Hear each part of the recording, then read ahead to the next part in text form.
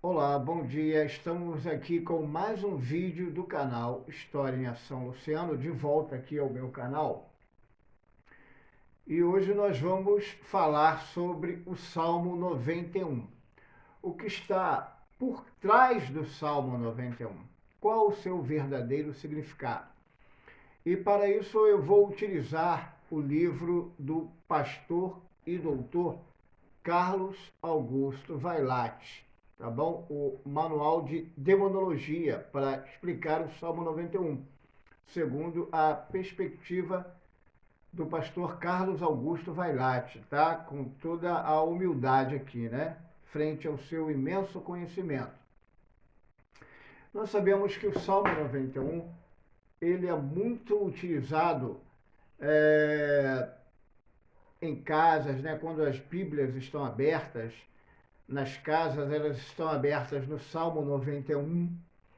Então, geralmente o Salmo 91, muitas das vezes, funciona como uma espécie de amuleto, uma espécie de patuá ou até mesmo de um talismã, num sentido místico, mas não é esse o sentido verdadeiro do Salmo 91.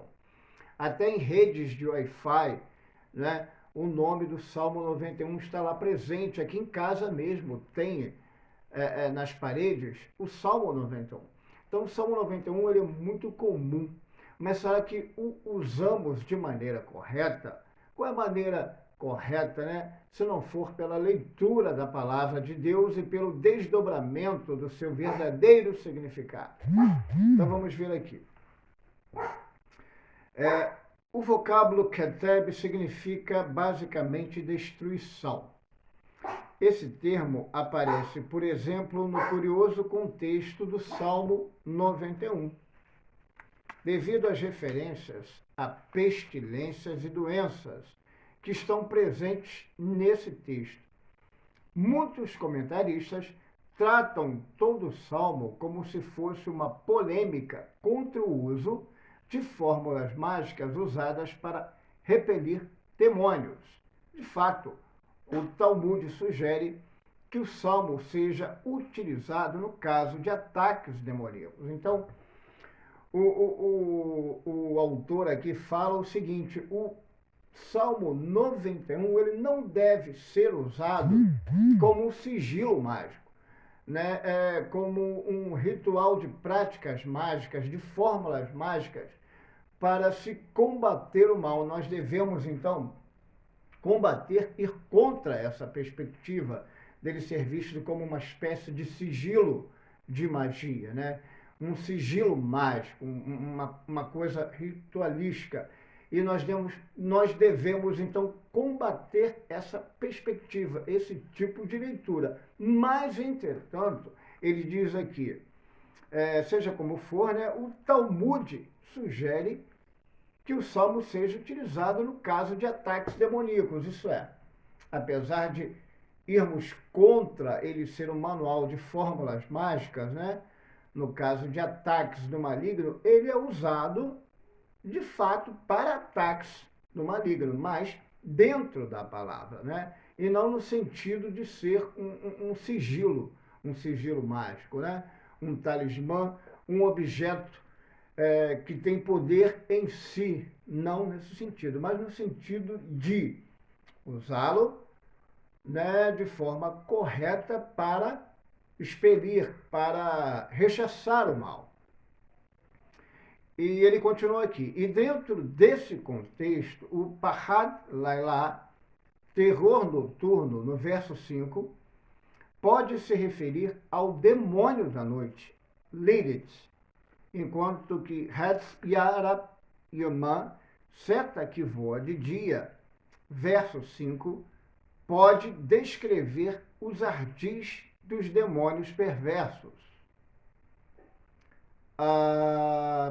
Deber Baropel e Halok, peste que se propaga nas trevas, do verso 6, pode ter afinidade com o demônio Nantar, enquanto que Keteb Yashut Tisserharaim, destruição que ataca ao meio-dia, no verso 6, pode se referir a um demônio de um olho só, mencionado na tradição rabínica.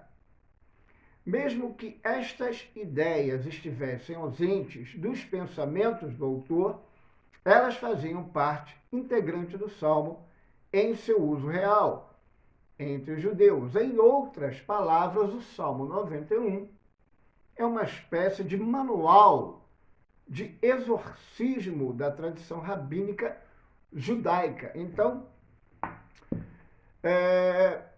ele é até semelhante, em certo ponto, ao uso que muitas pessoas fazem, como eu disse, né, na nossa religião sincrética, aqui no nosso país, no Brasil, nós usamos o Salmo como uma espécie de amuleto, né, e deixamos, como eu disse, em várias partes da casa, do comércio, nos hospitais, a Bíblia é sempre aberta lá no Salmo 91. Então, o Salmo 91, ele absorveu muito do sincretismo brasileiro, né? Até a Umbanda, religiões como a Umbanda, que é uma religião espírita, também usa o Salmo 91. Além de outras possíveis religiões também usarem o Salmo 91, tão popular, né, na casa de nós brasileiros. Então ele absorveu essa coisa do sincretismo que está presente no nosso país. Então ele ficou como se fosse mesmo uma fórmula para afastar todo o mal. Mas não devemos esquecer o sentido real do Salmo, né? O nome do cara aqui, deixa eu ver aqui, que eu esqueci. O Roy Stewart, ele comenta: a afirmação de que o Salmo 91, especialmente nos versos de 5 a 7, ele faz referência específica aos demônios, provavelmente é correta.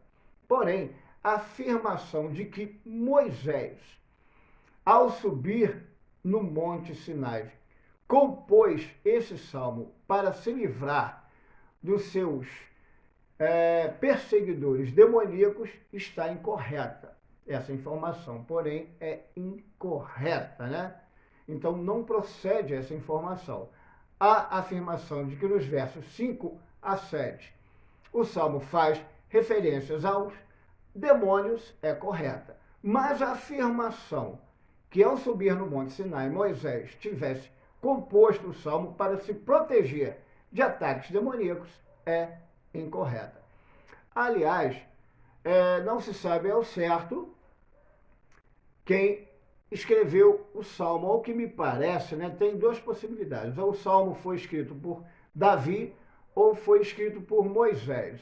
Acredito eu que os estudiosos pendem mais sobre a figura de Moisés ter escrito o Salmo, né? Nessa equiparação aí entre Davi e Moisés, os estudiosos pendem mais para Moisés sendo o autor tanto do Salmo 90 quanto do Salmo 91, que pertencem ao quarto livro do Saltério.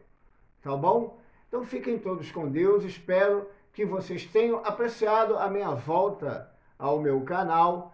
Tenham um dia abençoado, né? Boas férias aí, um bom recesso para todos os alunos lá da escola e para todos os professores e funcionários. Fui e até o próximo vídeo do canal História em Ação, Professor Luciano. Beijão, fiquem todos com Deus.